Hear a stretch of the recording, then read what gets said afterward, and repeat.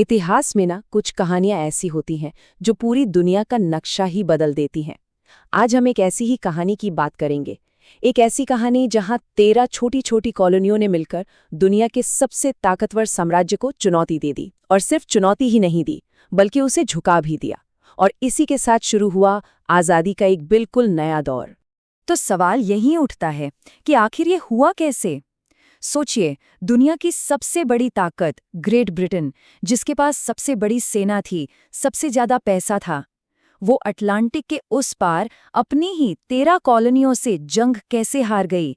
ये कोई छोटी मोटी बात नहीं थी। ये एक ऐसी पहेली है जिसे समझने के लिए हमें थोड़ा पीछे जाना होगा, कहानी की एकदम शुरुआत में। तो इस पूरी कहानी को समझने के लिए हम इसे 3 हिस्सों में देखेंगे। पहले हम जानेंगे कि वो कौन से असंतोष के बीज थे जो बोए गए। फिर देखेंगे कि कैसे क्रांति की चिंगारी भड़की, और आखिर में हम देखेंगे कि कैसे एक नए राष्ट्र का जन्म हुआ। तो चलिए सबसे पहले बात करते हैं उन वजहों की, उन जड़ों की जिनकी वजह से ये सब शुरू हुआ। देखिए, कोई भी क्रांति ना एक दिन में नहीं होती, उसकी जमीन कई सालों से तैयार हो रही होती है। तो सवाल ये है कि अमेरिकी कॉलोनियों में ये बेचैनी आई कहाँ से? क्या वजह थी कि वो अपने ही शासकों से नाराज हो गए? अब सबसे पहली और शायद सबसे बड़ी वजह को देखिए, वो थी दूरी। जरा सोचिए, ब्रिटेन यहाँ और अमेरिका वहाँ, बीच में हजारों मील का अटलांटिक महासागर। ये सिर्फ जमीनी दूरी नहीं थी, बल्कि धीरे धीरे ये सोच और संस्कृति की दूरी भी बनती जा रही थी। तो इस असंतोष के कई कारण थे, कोई एक वजह नहीं थी। एक तरफ अपनी सरकार चलाने की आज़ादी की इच्छा थी, मतलब राजनीतिक स्वायत्तता की कमी। दूसरी तरफ ब्रिटेन की लगाई आर्थिक पाबंदियां थीं, नए नए विचारकों की बातें थीं, और फिर राजा की कुछ ऐसी नीतियां। इन सब ने मिलकर समझिए एक तरह का बारूद तैयार कर दिया था। बस एक चिंगारी की जरूरत थी।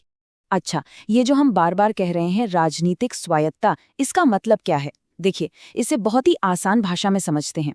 मान लीजिए आपके घर के नियम कोई पड़ोसी बना रहा हो और आपसे पूछा भी ना जाए, कैसा लगेगा? बस यही हाल था कॉलोनियों का। कानून बन रहे थे लंदन में, ब्रिटिश संसद में, जहां उनका एक भी आदमी नहीं था जो उनकी बात रख सके। और फिर ब्रिटेन ने एक ऐसा कदम उठाया जिसने आग में घी का काम किया। वो था स्टैंप एक्ट। दरअसल ब्रिटेन ने एक लंबी लड़ाई लड़ी थी, सप्तवर्षीय युद्ध, और उसमें उसका बहुत पैसा खर्च हो गया था। अब उस खर्च की भरपाई के लिए उन्होंने सीधे कॉलोनियों पर टैक्स लगाना शुरू कर दिया। 1765 में ये कानून आया जिसके तहत हर कागज, चाहे वो अखबार हो या कोई कानूनी दस्तावेज, सब पर एक स्टैंप लगाना जरूरी हो गया। यह सिर्फ पैसों की बात नहीं थी, ये उनकी जिंदगी में सीधी दखलंदाजी थी। और इसी गुस्से से एक ऐसा नारा निकला जो पूरी क्रांति की आवाज बन गया, प्रतिनिधित्व नहीं तो कर नहीं। मतलब साफ था, अगर हमारे नुमाइंदे आपकी संसद में नहीं बैठेंगे, हमारी बात नहीं रखेंगे, तो हम आपको एक पैसा भी टैक्स का नहीं देंगे। ये एक लाइन इस पूरे स्वतंत्रता संग्राम का, आप कह सकते हैं, मूल मंत्र बन गई।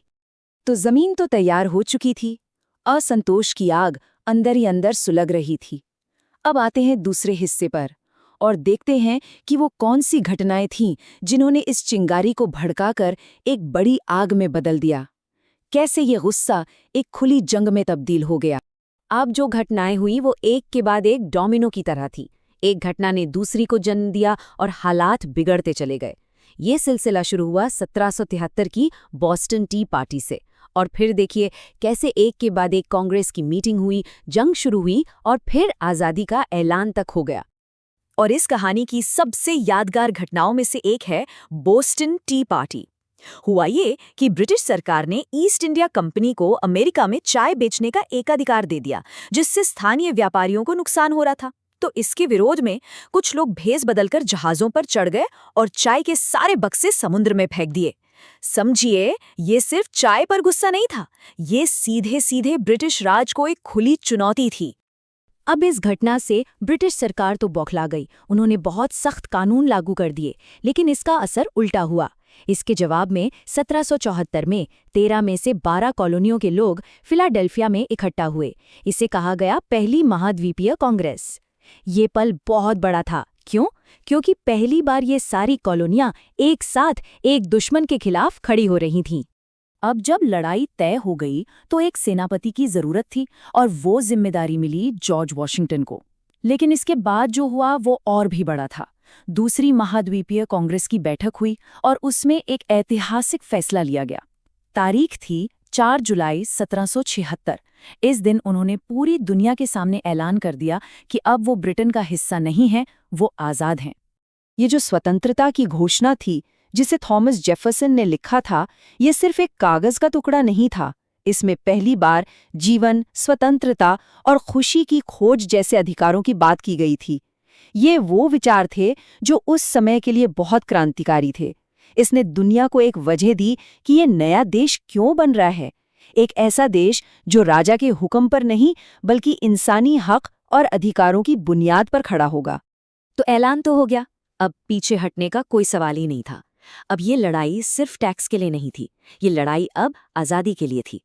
तो चलिए कहानी के आखिरी हिस्से में चलते हैं और देखते हैं कि इस जंग का अंजाम क्या हुआ और इसने दुनिया पर क्या असर डाला। ये लड़ाई कोई आसान नहीं थी, कई साल चली। अमेरिकी सेना के पास संसाधनों की कमी थी, लेकिन उनके पास दो चीजें थीं। एक तो लड़ने का जबरदस्त जज्बा और दूसरा फ्रांस जैसे देशों से मिली मदद।